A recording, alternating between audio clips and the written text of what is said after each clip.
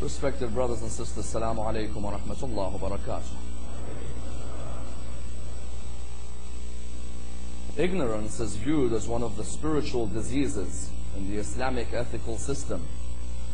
As we know, the Islamic ethical system divides spiritual diseases into three: diseases of the intellect, diseases of anger, and diseases of our desires. And therefore there is a need to define these diseases in order that we are able to counteract them and ensure that they do not plague our communities. Because diseases of the intellect vary. As an example, one of the diseases of the intellect is doubt. When a human being constantly undergoes doubt and constantly doubts what solutions come towards a question that comes towards them, you find that they never achieve peace in their life. And that therefore this is seen as being one of the diseases of the intellect.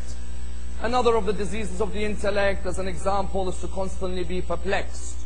There are people, and everything they encounter in their life are perplexed with that which comes in front of them, and therefore scholars define this as one of the diseases of the intellect. But arguably the most important disease of the intellect, which affects many human beings, is the disease which is known as ignorance. As we know, ignorance can be individual as well as collective.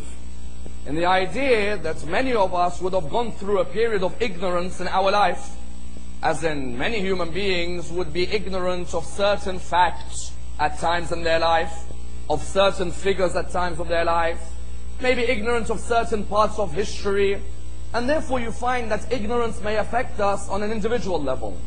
Likewise, ignorance may affect a community, in the idea that when a community is stagnant and simply follows rituals without inquiring as to that which they follow, then you find that that community goes through a phase which is a phase of ignorance.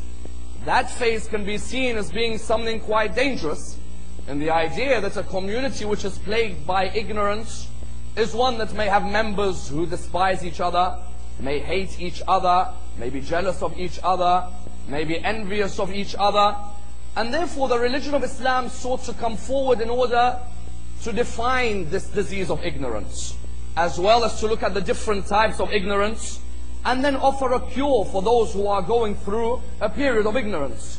Because we find Amir al-Mu'mineen in a quite beautiful line stating that our enemies are not the Christians and the Jews. Our enemy is our own ignorance. And the idea that many times we look for enemies outside, whereas the reality sometimes may be that the ignorance is from within.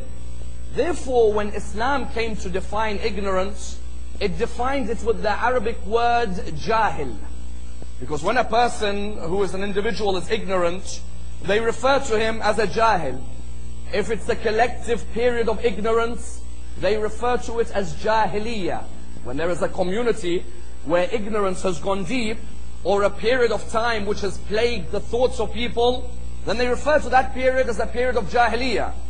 And that's why within Islamic thought, ignorance is divided into two: jahal basit wa jahal murakkab. What is the difference? Jahal basit is the jahal which is termed in the English language as simple ignorance. And that is what can affect many of us. And the idea that many of us may have a speciality in one field, but we are not so good in others. You may find many mathematicians who are not great historians, or many scientists who aren't so great in literature. Ignorance in the simple level is when a person acknowledges that they do not know every fact and figure. When a human being acknowledges that there are certain areas in my life which I am ignorant of. That's why we oppose the idea that ignorance is bliss. There is an idea that ignorance is bliss. Islam says no. Islam says the moment you recognize there is an area of your life where you have a certain ignorance, work on it. Stay studying it, so that area is removed from your life.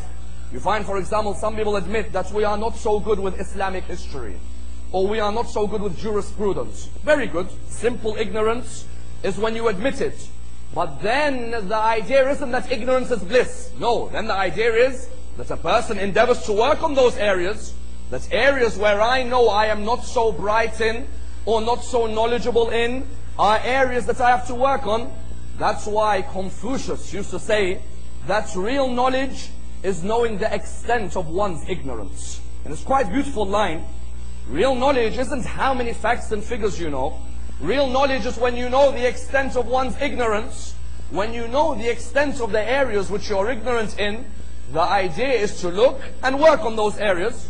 Therefore, within the Arabic language, this was termed as jahl basir, simple ignorance, and that which affects many.